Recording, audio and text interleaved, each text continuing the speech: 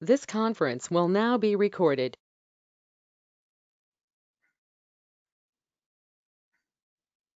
Okay. So we'll go ahead with the discussion. So Mr. Srinivasan, yes, age 65 years, male.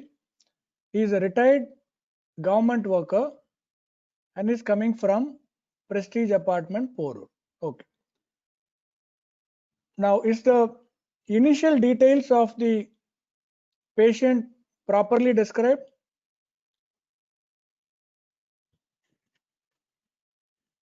Okay. Patient description clear. So the name is mentioned, age is mentioned. He has used the word Mr. before his name, and he has mentioned his occupation. But I think address for routine presentation, you can just tell that he is coming from Porur in Chennai. Now, socio-economic class, routinely you need not tell the scale. So when you tell it's a retired government worker, it is assumed that he may be having some financial support. So routinely in the presentation, the socio-economic class is not told. Usually, occupation is correlated with as a surrogate indicator. So if you want, you can mention that it is a retired government worker. You can add that the patient is receiving pension or is not receiving pension. So you can add that. Okay. So going on to the chest pain. Chest pain for the past 3 hours, shortness of breath for the past 3 hours.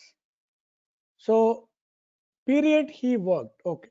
Now period he worked, not necessary. If you want, you can add. For example, he worked as a government. You can even mention that actually in that he should have elaborated on what is the type of work he did in government job. So that is relevant.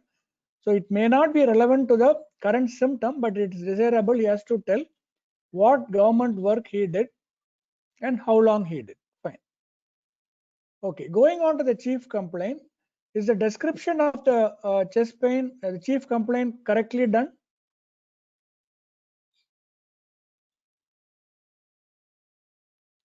Is the description of okay, yes. So the description of the chief complaint is also correctly done. Now going on to the history of presenting illness.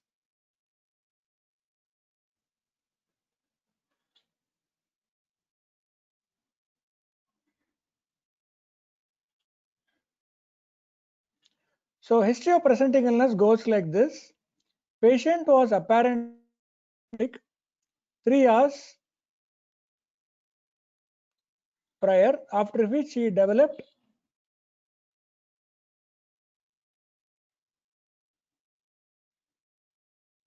one second, I'll just move the base. Okay.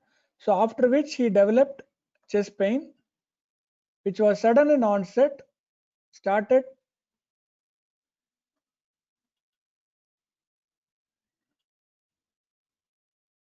started 3 hours previously, and it progressed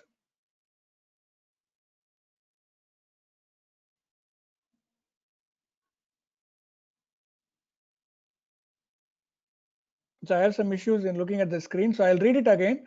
So patient was apparently asymptomatic 3 hours prior, after which he developed Next up, we're going to move into some mobility work. So we have 2 rounds and 4 different mobility exercises.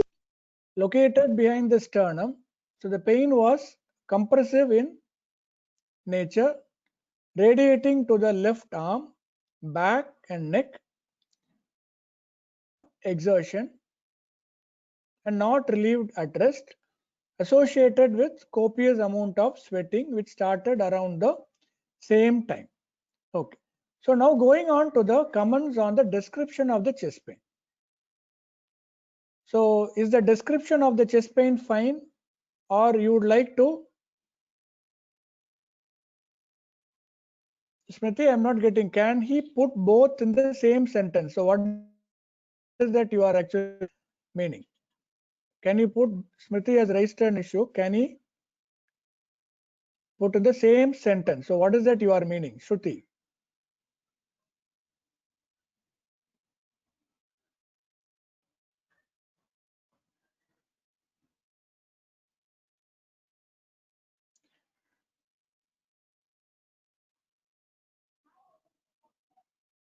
Okay. Continuous or intermittent pain. Fine, we'll go one by one. So he should have described first, before beginning any history of presenting illness, is it advisable to start at patient apparently asymptomatic, or is it not advisable to start with apparently asymptomatic? So some people will start telling that patient was apparently normal before the onset of symptom.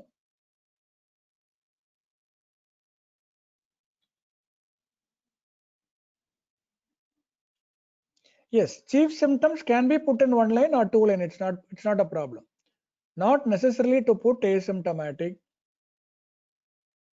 Either way, it's fine. You can put as a single line or either way. Either ways, you can put it as two line. Gives a better reading convenience.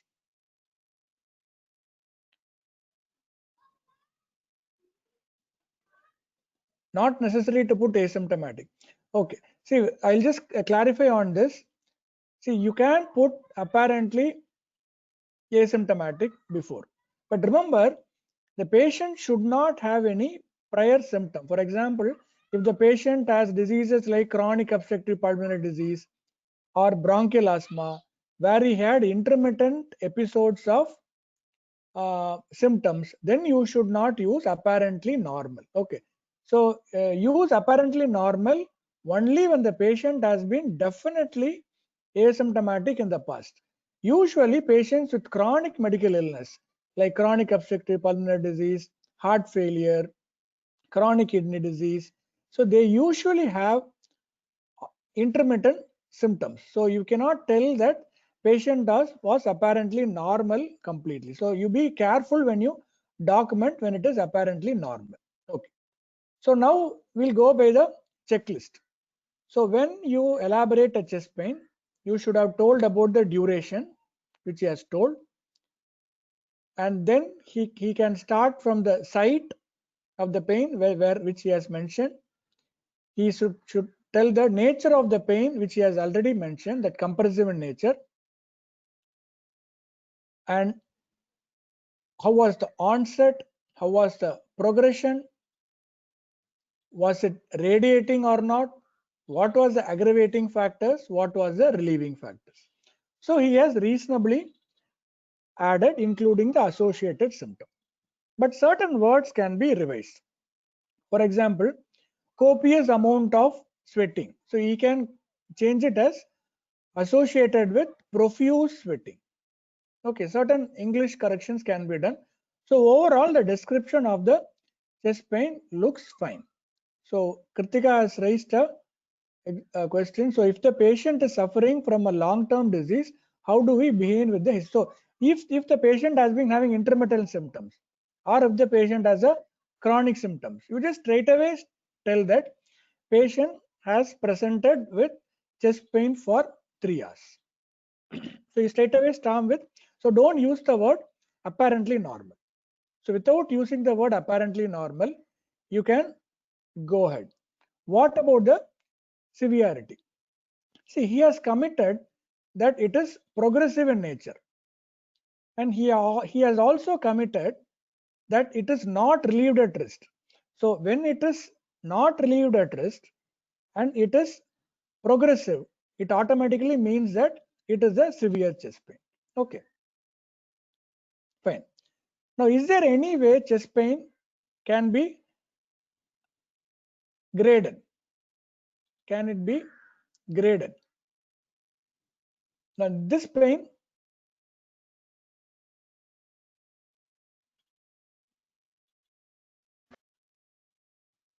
can chest pain be graded? Himalini has raised a question. I'll come back to that question.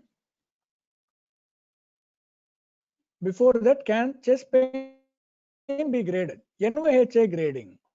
No. See, this is a rest chest pain. So when a chest pain occurs at rest, can you use any grading? Pain score, what pain score? What type of pain score? Pranav, what type of out of 10? Very good. So Shruti has replied out of 10. So this is called visual analog scale. Visual analog scale can be used for any symptom. It can be used for abdominal pain. It can be used for headache. It can be used for chest pain. So you grade it from 0 to 10. 10 is the worst degree of chest pain. So 5 is intermediate. Anything between 5 and 10 will be moderate. So if the patient tells that the chest pain is 8 out of 10 or 9 out of 10 or 10 out of 10, you can tell that it is quite severe. It is called visual analog scale. Yes, it is subjective. Satyanarayanan has raised that yes, visual analog scale is subjective, but it gives us a crude kind of a explanation. It gives us a sort of a crude kind of a estimation of the severity of the pain. Okay, so I'll just go back and check if the chest pain is again correct. I'll just give you some subtle rearrangement in the symptoms, then we'll come back to the next symptom. Okay, so develop chest pain. Now he can put the duration first. So remember, any symptom, try to put the duration. So we can put it as chest pain for 3 hours. Okay, so you can put onset and progression as the second and the third, or you can put the site of the pain like retrosternal, compressive pain. Then he can tell which was sudden in onset, progressive in nature. So we'll try both the order. Chest pain for 3 hours, retrosternal location, compressive in nature, which was acute in onset, progression. This is one way of telling the first 4 things. Another way of telling the first 4 things can be chest pain for 3 hours, acute in onset, progressive in nature, retrosternal localization, and compressive in nature. So subsequently, he can tell the radiation, he can tell about the aggravation, he can tell about the relieving factor, he can tell about the associated symptom. Okay, so is it clear now? So what can be the order of arrangement of the responses in chest pain?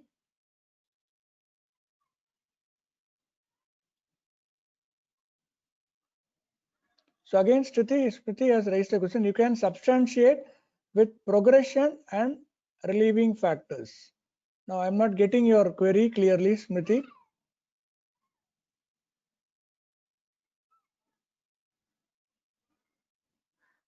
Okay, for the visual analog scale. So see, visual analog scale, you can tell that progressive in nature. You tell it's progressive in nature, isn't it? So you can tell that pain intensity increase from a visual analog scale of say 4 to 8. So you can club it with progression, or you can tell it as not relieved at rest and the pain score remained at 8 or 10. See, the pain scale, whichever way you can use, there is no Pulkit Malhotra, you can use whichever way, but common thing I told, visual analog scale is one thing which we use very commonly, and you need not question much for the visual analog scale. Okay, going to the shortness of breath now. So I'll just confirm whether your screen is fine.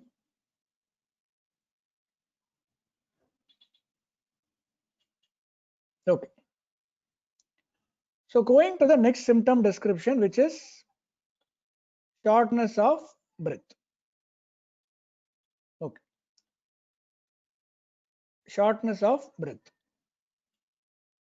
So I'll just read it first. The shortness of breath started 3 hours previously, was progressive in nature, present even at rest, no relieving factors, no associated symptoms. Okay. So he has mentioned that it is there for 3 hours, progressive in nature, present even at rest, no relieving factors, and no associated symptoms. So how to, is it fine shortness of breath or should it be elaborate? So is the method of elaboration of shortness of breath NYHA grading. Very good. So grade, since it is breathlessness at rest, the grade will be 4. Anything else? See, he has mentioned it is progressive. The breathlessness is progressive. So if it is progressive means, yes, Chandani has mentioned progression from what grade to what grade. So did it straight away start at 4? Can breathlessness straight away start at grade 4? Is it possible? Can breathlessness straight away start at grade 4?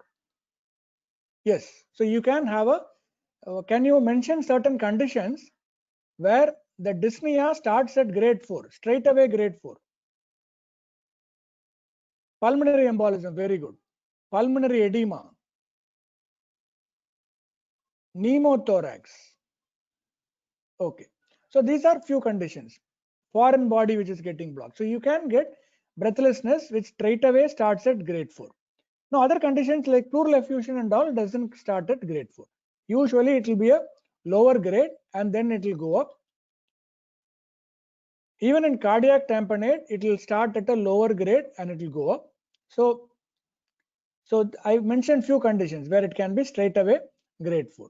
So grade has to be told. So since he has used the word progressive, we have to mention a lower grade followed by a higher grade. Okay. Anything else? Can one of you put the sub questions in breathlessness? Sub questions in breathlessness. Like how we discussed for chest pain on that day. Can one of you put the sub question? First thing is always duration. So breathlessness, first is duration. I want the complete sequence. Can one of you try putting the complete sequence? Full sequence.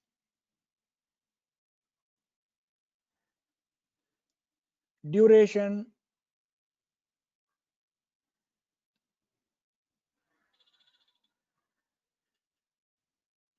Duration. Ramana has replied. Duration, onset, progression, grading. Pulkit has mentioned duration, progression, postural. Smriti has mentioned, not able to read every one of yours, it's quite quick. Okay. Roshini has mentioned duration, onset, progression, aggravating, relieving factor. Okay, fine. Okay. Smriti has mentioned, okay, I'll give you what is the correct sequence. So the breathlessness, you have to tell the duration first always. So generally the second thing what we tell is onset. Third is progression. So you have to use the dyspnea grades there when it is progressing. When you are mentioning it is progressive, automatically it means that it is started at a lower grade and gone to a higher grade. But one exception is there. In case if you tell acute onset and grade 4 right from the beginning, you can also tell like that. If it is straight away grade 4, where you may not be able to tell progressive, you can tell acute onset. It is grade 4 right from the beginning. So automatically means that it has reached the peak straight away. So the order is duration, onset, progression, then aggravating factors, relieving factors, whether it is associated with paroxysmal nocturnal dyspnea, orthopnea, and what are the associated symptoms. Okay, so this is the correct sequence. I'll repeat it again. First is duration, onset, progression. Third will be aggravating factors, relieving factors, whether it is associated with PND or orthopnea, what are the associated symptoms like chest pain or dizziness and all those things. Now, why I have included paroxysmal nocturnal dyspnea and orthopnea separately is because quite often assessors expect to mention paroxysmal nocturnal dyspnea and orthopnea. Okay. Is it clear? Is the order of questions of breathlessness clear?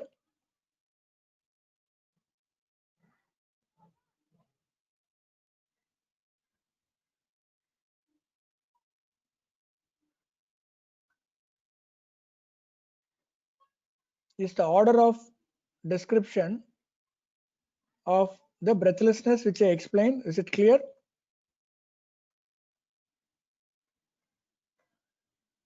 Okay. So now let us correct it.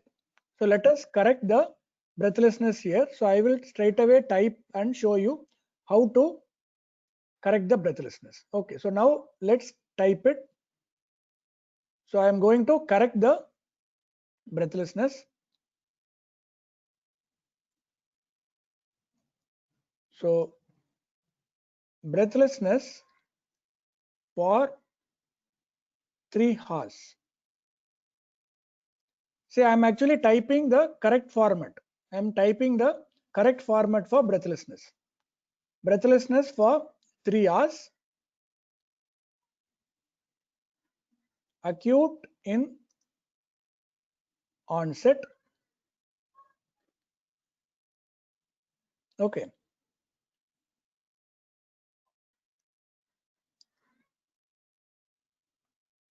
Progressed rapidly from grade 3 to grade 4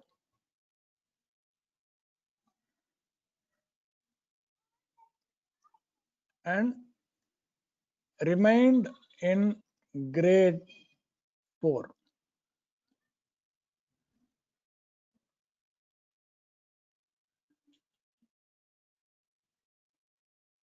Aggravated by exertion. No relieving factors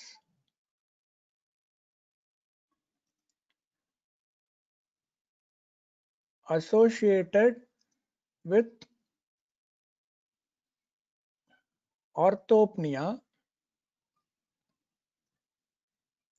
associated with chest pain and palpitation. Okay, so I'll read it again. I'll just, for your convenience, I'll bold it.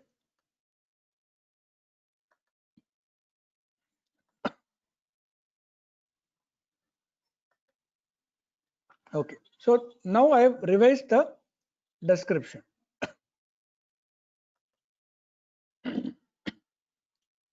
Breathlessness for 3 hours, acute in onset, progressed rapidly from grade 3 to grade 4, remained in grade 4, aggravated by minimal exertion, no relieving factors, associated with orthopnea, associated with chest pain and palpitation. Okay, so now is the description of breathlessness clear?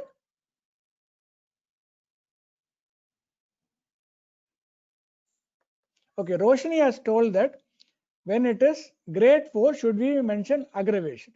See, basically, since it is, though it is grade 4, patient would have attempted to move little bit. For example, they would have moved in from the wheelchair to the cot. So slight aggravation he would have felt. So generally, to satisfy the sub questions, we have to mention the aggravating factor. So even though it falls under grade 4, when it has a small scope of aggravation. For example, they would have moved the patient in a wheelchair only. He would have been dyspneic. But when they have made him sit up and see in a cot, he would have become more breathless. So though the breathlessness is present at rest, so I think it is necessary to mention that it remained in grade 4. Yes. See, it's important because the etiology which is causing breathlessness, Moni Priya has raised a question telling that is it necessary to mention that it remained in grade 4. Okay. Now, sometimes breathlessness can fluctuate. For example, unstable angina, it can fluctuate. Whereas in myocardial infarction, the most severe form, an acute pulmonary edema, it will not come down at all. For example, bronchospasm. So it will straight away start at grade 4. Then it would have relieved due to medication like inhaler puffs at home. They would have transported the patient to the hospital. By the time the patient reaches the hospital, again the patient would have become grade 4. So it is important that you have to mention that the dyspnea remained at grade 4. Maunipriya, is it clear now? Maunipriya, is it clear that you should mention that you have to mention it as persistent? Okay. So now this is how we describe the breathlessness. So we'll go to the palpitation. Okay. So now palpitation, the third symptom he is describing, palpitation were also present, which started suddenly 3 hours previously, which were continuous and regular in nature with no aggravating or relieving factors. Okay. So now how should palpitation be elaborated? We are coming to the third symptom, palpitation, like how we discussed the rate, rhythm, did he urinate after palpitation, rate of palpitation, how long he had the palpitation, slow or fast, regular.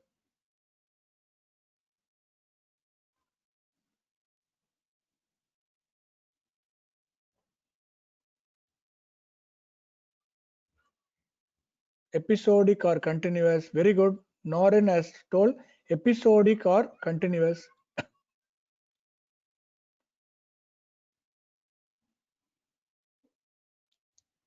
Rate, rhythm, frequency, variation, associated sweating. Okay, that is associated symptom.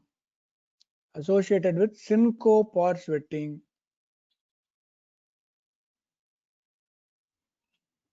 Okay, I'll put you one more question for palpitation. Let's assume that the patient tells the patient is having a, because Norin told that you have to ask whether it is a intermittent or persistent palpitation.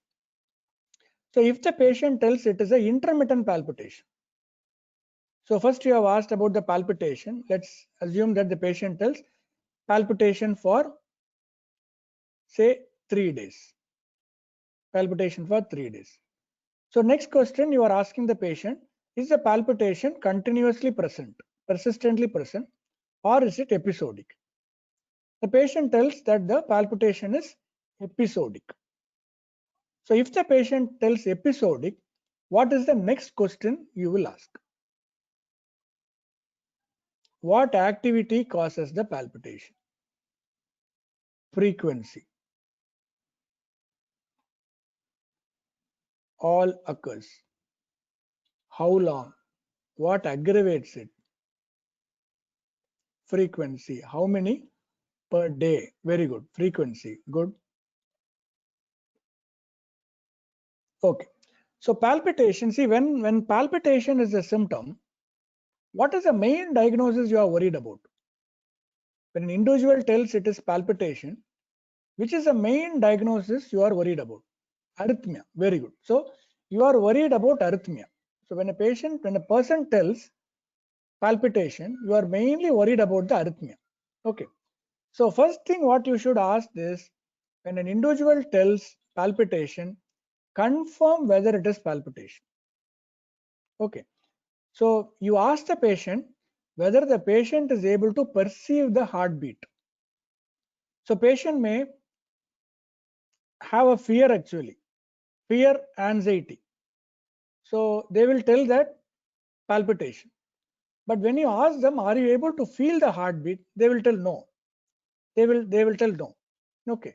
So palpitation you have to document only if the patient tells that the individual is able to experience their own heartbeat. Okay, that is what is palpitation. So first thing always, as I told, The second question you should ask is, what is the duration of the palpitation? So they may tell palpitation is there for 3 days or 4 days or 1 month, so that you will document. Second, you will ask whether it is a persistent palpitation or it is an episodic palpitation. Okay, so when it is an episodic palpitation, the possibility of a arrhythmia is high. Okay, because most arrhythmias are episodic. And is there any arrhythmia which can be persistently present? Persistent palpitation. What is the commonest arrhythmia?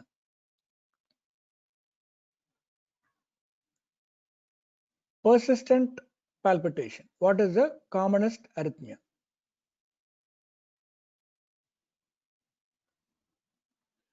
SVT, VT, atrial fibrillation, ventricular fibrillation. Okay. So the answer is atrial fibrillation. Okay. So that is one possibility. Or it can have a persistent ectopics. There will be certain individuals who have ectopics always. Okay, so commonest at your level, you just tell it is chronic atrial fibrillation. Okay, most of the other palpitations are episodic. Okay, supraventricular tachycardia is often episodic. Ventricular tachycardia is again episodic. Ventricular fibrillation is a condition where they will collapse and fall down. So they may not able to appreciate the palpitation at all. Okay. So the third thing is episodic or persistent. Now, if it is episodic, so then what you have to tell, you have to ask the patient to elaborate the palpitation. For example, I'll give an example. So individual may tell that palpitation is there for 3 days. It is episodic, and I have had 3 episodes in the past 3 days. Then you ask him, describe the episode. So then the patient describes. The episode often occurs when I am at rest. So the last episode, I was just watching TV, normal calm TV program. So suddenly I felt my heart was racing. So the heart started racing. Then I felt little dizzy. Then I lie down on the cot on the sofa itself. So the palpitation persisted for about 10 minutes. I also had mild sweating, dizziness persisted, and after about 10 minutes, palpitation subsided, the dizziness also subsided. Then I sat up, I was comfortable, then I walked without any problem. So I have given you a sample description. I have given you a sample description of the palpitation. So what this can be? I have given you a description of the palpitation. What can this be?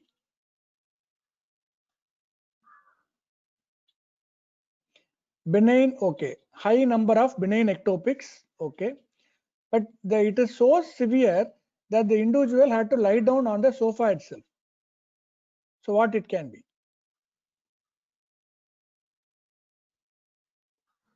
SVT, very good.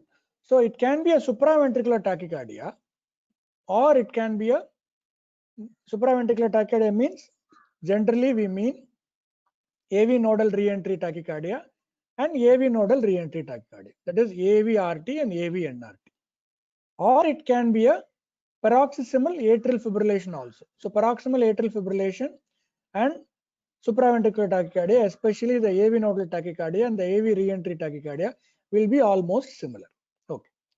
So this tells the frequency. Then the description of the episode. Okay.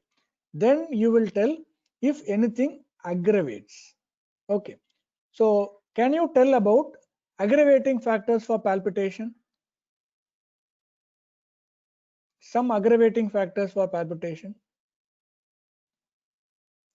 Exertion, pain, emotional stress, anxiety. Okay. Drugs, which drug can cause palpitation? Which drug can cause salbutamol, Deriflen? We already caffeine, very good. High intake of caffeine. So these are the drugs. Okay. So I'll just put now. So the order I'll tell again. For palpitation, you will tell the duration of palpitation, and immediately after the duration you will ask whether it is intermittent or persistent. If it is intermittent, you will ask the patient the frequency of the palpitation and ask the patient to describe the episode fully. Then when you describe the episode itself, you can mention about the relieving factors and the aggravating factors.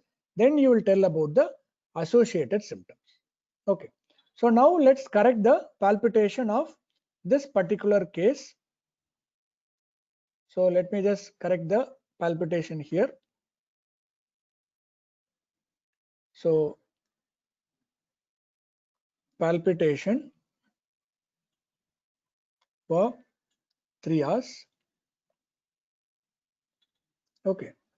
So next will be continuous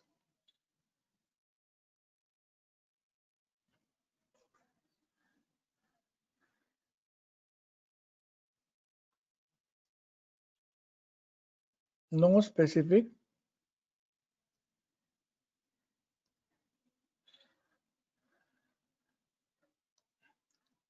aggravating or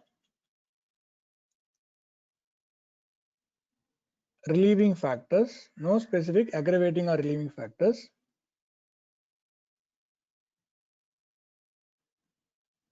associated with chest pain and breathlessness. Okay, so this we can put it as palpitation for 3 hours, continuous palpitation, no specific aggravating or relieving factors associated with chest pain and breathlessness. Okay, now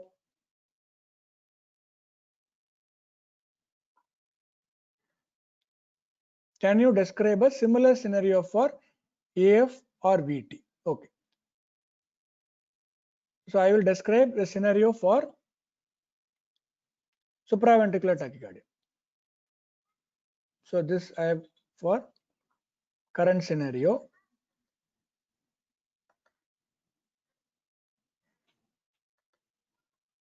Okay. So now I am going to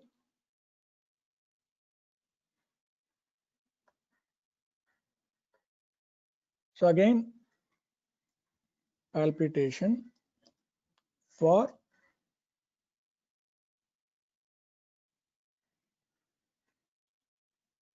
for 4 days occurs intermittently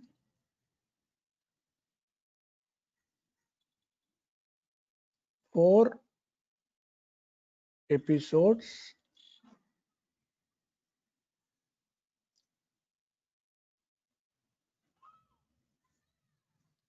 over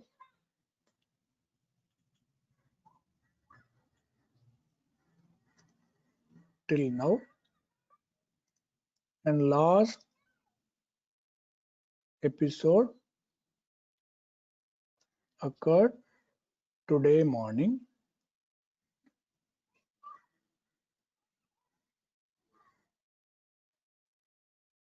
Every episode occurs at rest or when walking at normal speed.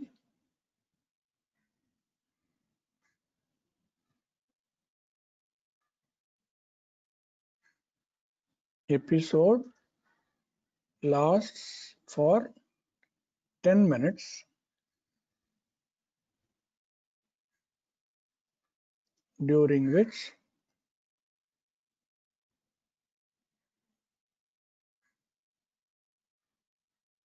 he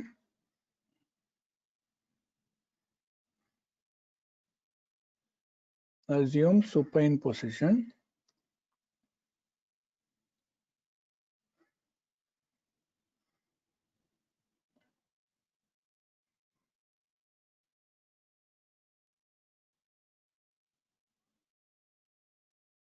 associated with mild dizziness and dyspnea.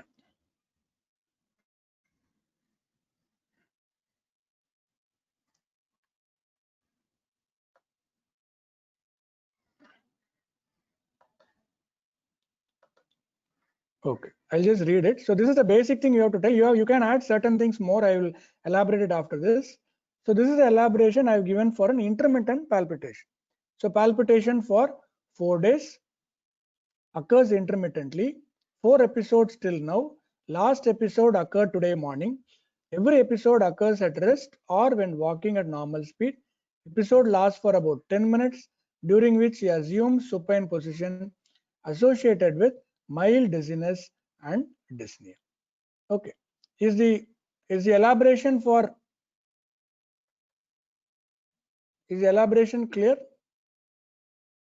Okay, see palpitations, some of the things you have. So this is a supraventricular tachycardia or a paroxysmal AF. Whatever I put here is a supraventricular tachycardia or a paroxysmal atrial fibrillation.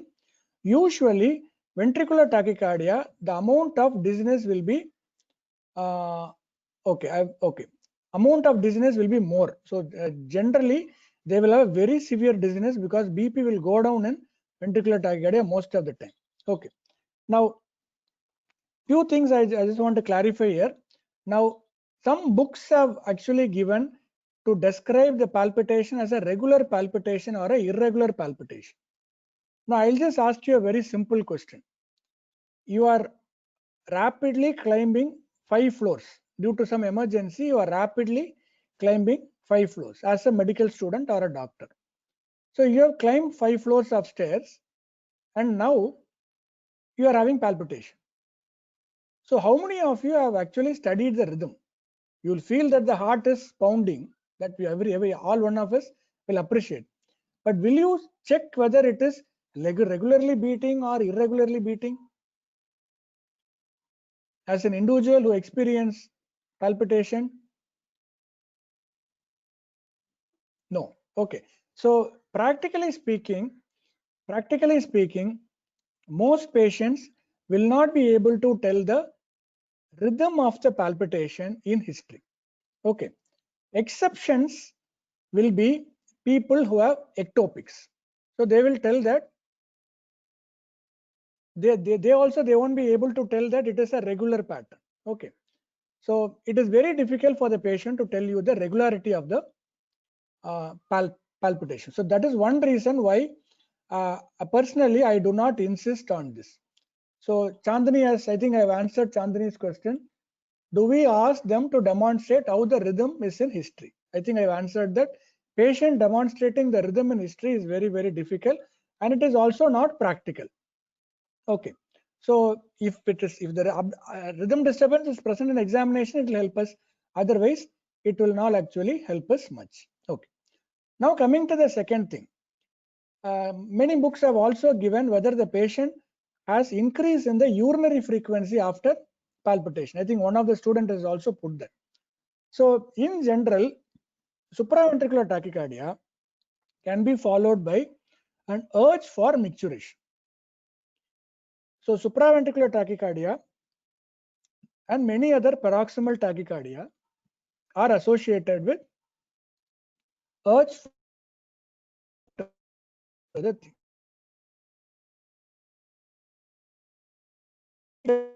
In intermittent forms of the same SVT or paroxysmal AF, right? Yes, correct. So basically this is how you look at palpitation. Okay. So is the palpitation description clear? I'll be taking a palpitation again the scenario. So don't bother about it now. So are you at least clear about the sub questions for?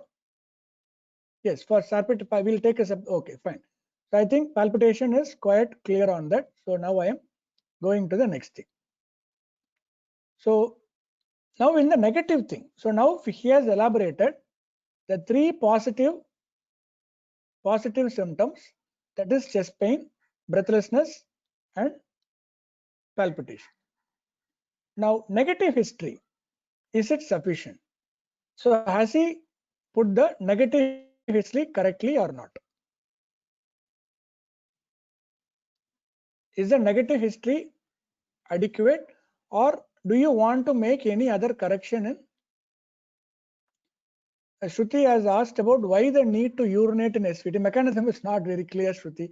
It's mentioned in the literature, but we don't see that practically. When patients who suffer supraventricular tachycardia, as a student and as a young faculty, I have asked the patients with supraventricular tachycardia repeatedly, do you have urge to micturate?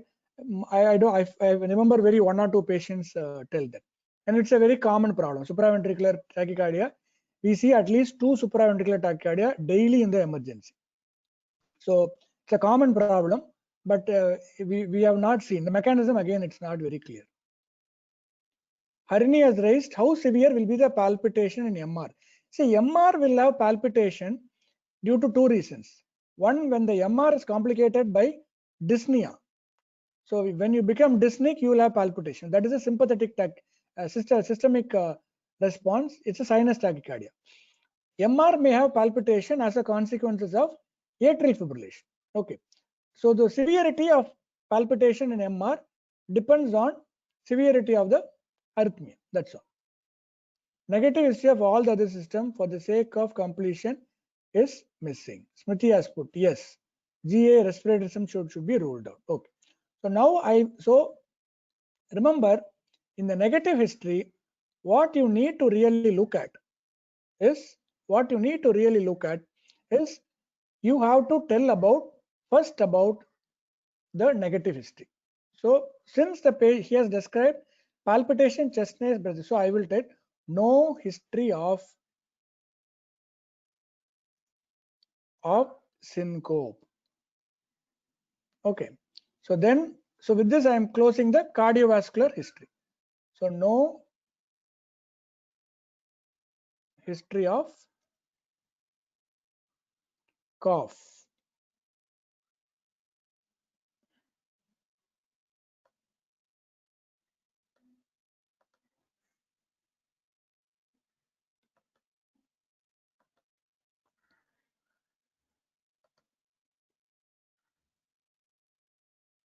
So no history of wheeze.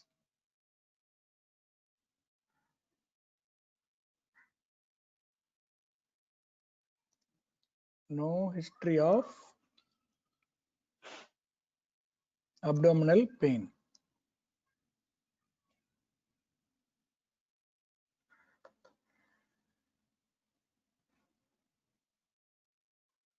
So I'll just come. So no history of abdominal pain, abdominal distension,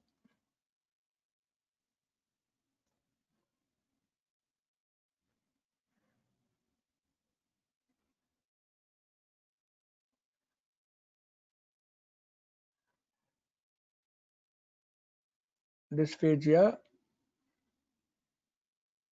Okay. So what you have to tell is that, so you have to tell about no history of everything. So that I'm not typing it there. I think already we have actually told.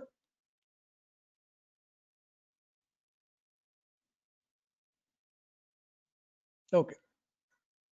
So the order already I've told you. So the order will be no syncope I am putting first because it is a cardiovascular problem. So I have to tell if syncope is present or not.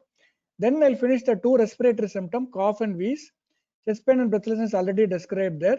So then you will tell about no history of abdominal pain, abdominal dysphagia, vomiting.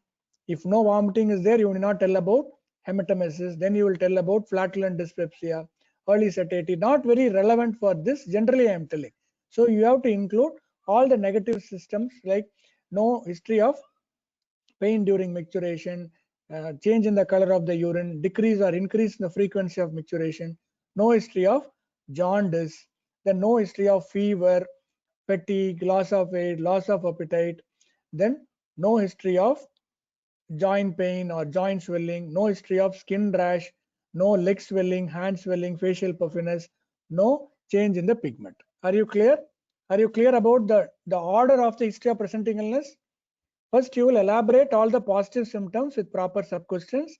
Then you will put all the negative questions at the end. So you have to make a statement of the negative symptoms in them. Is it clear before I go into the past history? Okay, you want to type the negative history.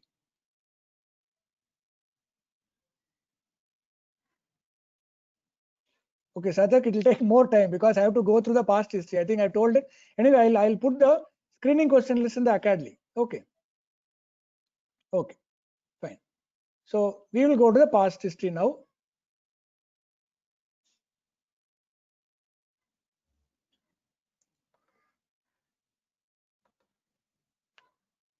So past history, no similar complaints in the past. There is no history of complaint of heart problem when the patient was young. Patient is a known case of diabetes for 6 years. No other history of asthma, TB, epilepsy, thyroid rashes, etc. No surgical history in the past. So any corrections here? Any corrections you want to do in past history? Any corrections you want to do in the past history? Expansion of diabetes. So what you want to expand in diabetes? Tuti, controlled or uncontrolled? Okay. Medications.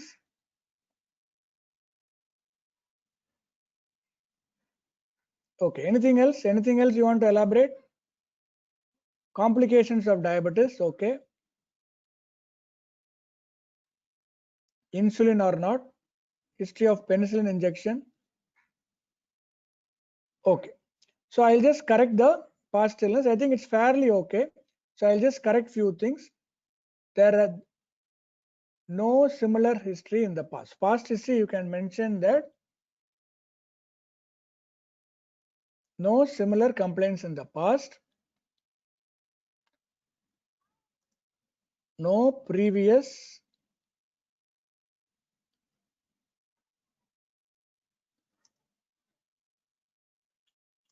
heart ailments.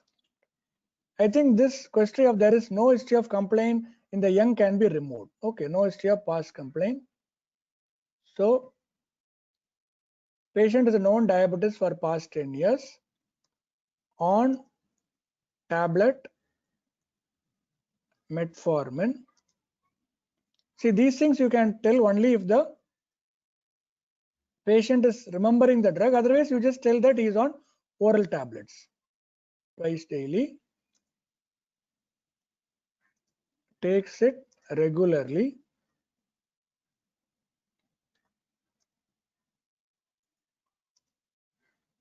his blood sugar last done was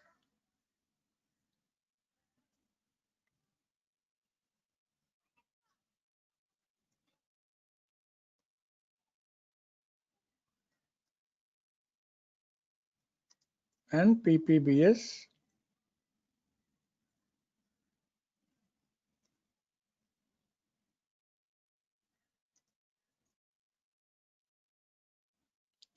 has no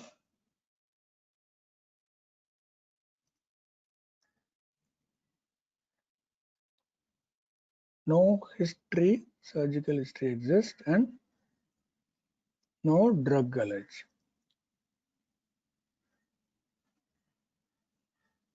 Okay, so I'll just bold it now.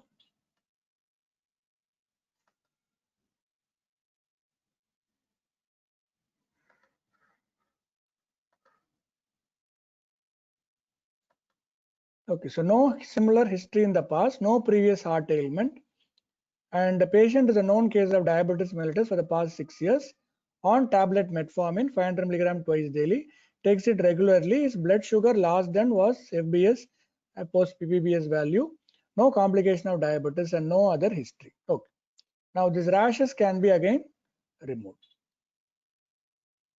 Okay, so it's okay if you have a fair amount of negative history. So we can elaborate it further. Yes, you know, if the patient tells, Meghna raises the question, see in the past history, you can document only if the patient tells.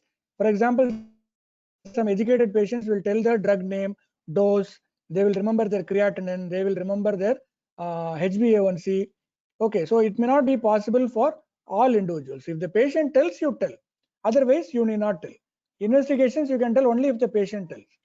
Why do we have to expand much on diabetes history? We know it's a comorbid. No, this is just for documentation. So your thing may not really contribute much, just to have an idea. For example, if I put here, I am mentioning that despite glycemic control, the patient has got myocardial infarction. So maybe he has some other risk factor which is not properly being addressed. Okay, so it's just, we don't need to see the reports. Yes, see, this is again, I personally, I feel that seeing the reports are not wrong, but generally assessors will not like you seeing the reports before you examine the patient. Okay, so this is a gray area. So personally, I don't mind you see the patient tablets, you see the report, that's fine. That's what we do in clinical practice. But from the teaching point of view, some people may not like when you really elaborate on that. Okay. So now going to the treatment history, I've included there. In the treatment history, I've included in the past history itself.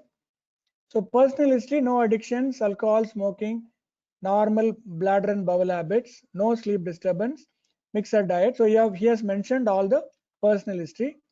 Family history, father has poorly consoled, but for him the father is not that actually clear. So it's not that relevant for this particular individual. So summary, I think he has done a reasonable thing.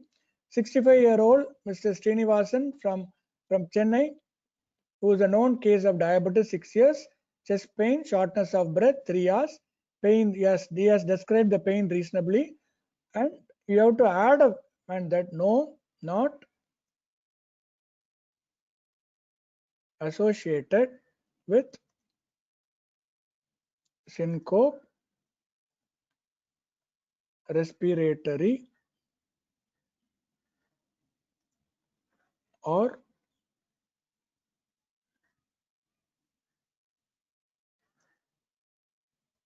abdominal symptoms.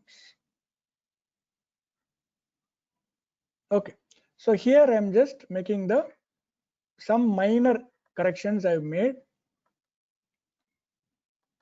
So some minor corrections I've made.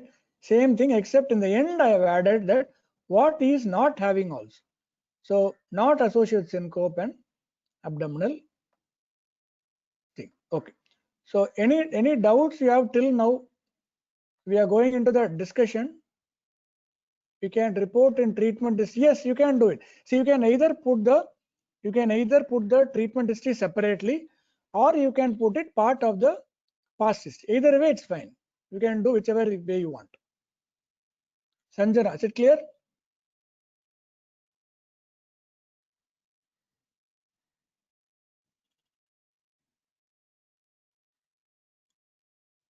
Okay, pain score, I told you, you can either tell the pain score along with the progression, or you can, even when you tell that the patient is having the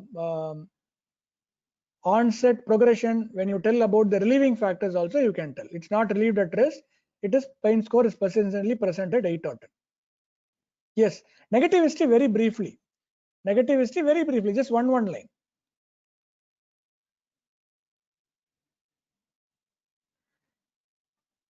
See, the one thing you have to understand, yes, if the issue raised by Smriti is a valid thing, some assessors will ask you, patient is having chest pain, breathlessness, why you are asking about urinary symptom? So the reply you have to give is that I just want to confirm if it is single system or multi-system. Okay, so always you have to see the patient as a whole. Let's assume that the patient has hematuria. Smriti, I am giving you a scenario. You ask the patient that, are you having hematuria? He tells that, yes, I had hematuria intermittently. Does it have any impact on the treatment? Smriti, patient tells hematuria. No, something more basic. So choice of drugs. So what is the main drug used for acute myocardial infarction? When the patient has come within 3 hours. He has come within 3 hours. He has come within 3 hours. 3 hours. Main drug. Acute myocardial thrombolysis.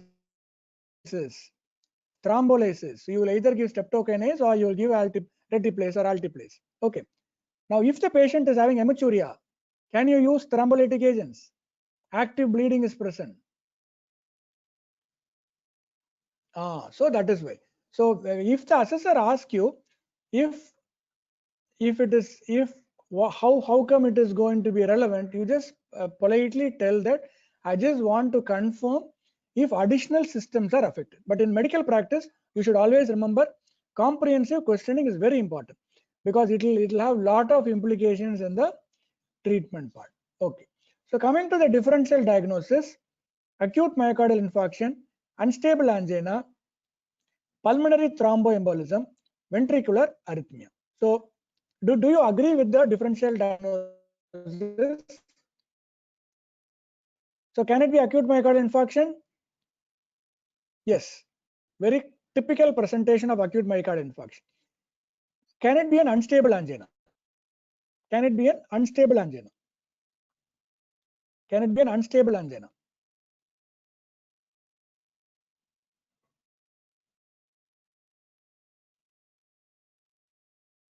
Okay, so it may or may not be unstable angina.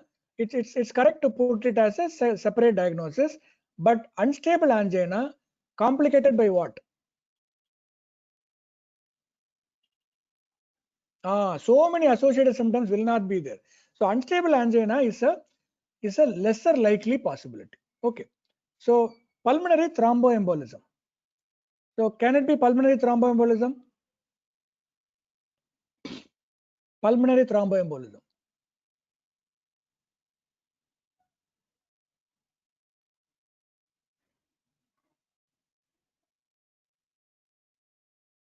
Okay. Fine. The reason why pulmonary embolism should be avoided here is that you can avoid it because pulmonary thromboembolism should have risk factor. Okay, so in history, at the end of history, without risk factors for pulmonary thromboembolism, better not to document pulmonary thromboembolism. Now, ventricular arrhythmia. Can it be ventricular arrhythmia? Can it be ventricular arrhythmia? Okay, yes and no. See, ventricular arrhythmia, what we talk about is ventricular tachycardia.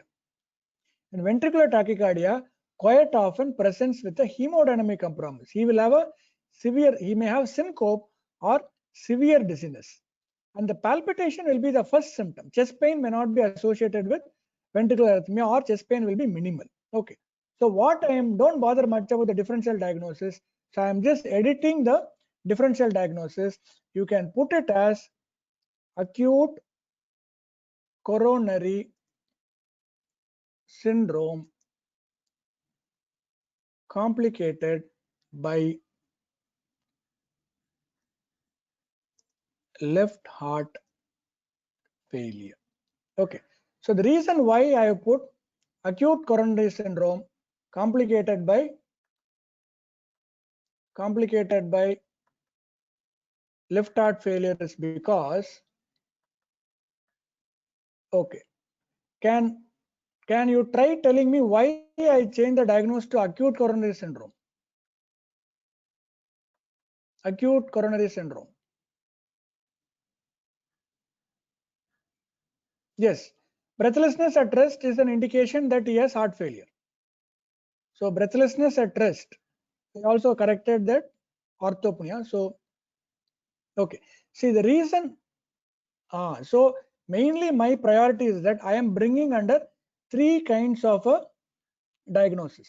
Okay, so this can bring in the entire spectrum of acute problem: ST elevation MI, non-ST elevation MI, and maybe acute unstable angina, which is complicated by heart failure. Okay, so since history, you can always use a broad differential diagnosis. So I have put it as acute coronary syndrome complicated by. Okay, so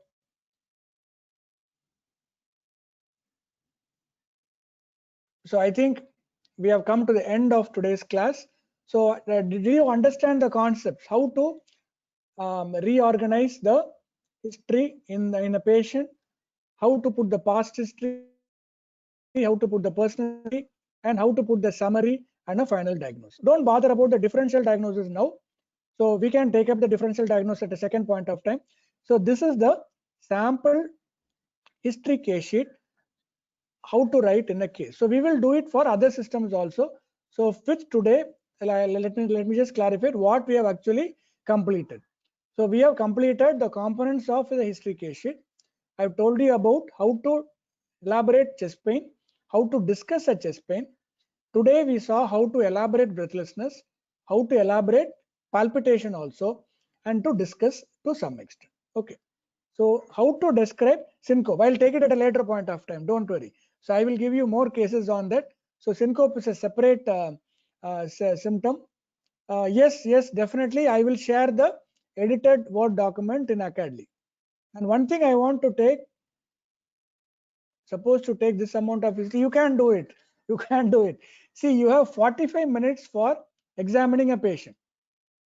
Okay, you have 45 minutes for examining the patient. If you train well in history, you can get the history in 10 minutes and document it in 10 minutes. You can be quick, you can be targeted, but you have to learn to get a quick history. It can do it with left heart failure is due to complications. See, when there is a MI or a left ventricular problem, even unstable angina, left ventricular systolic or diastolic dysfunction can happen. And more systolic dysfunction, diastolic dysfunction can happen. No evidence of RVF on CCF. No. See, acute left ventricular failure will not have any other symptom other than breathlessness. Acute left ventricular failure will have only breathlessness. Okay. So one thing I want to tell before I close the class, I think the link is the same. The link you get at the meeting ID is going to be the same for me. So I think we will. I've put it in the info. Under info, I've put the link to the class. And also I have put the link for the recorded classes. I'll be putting the info under info section. I'll be putting the recorded thing. So anyway, thank you. I am closing the recording now.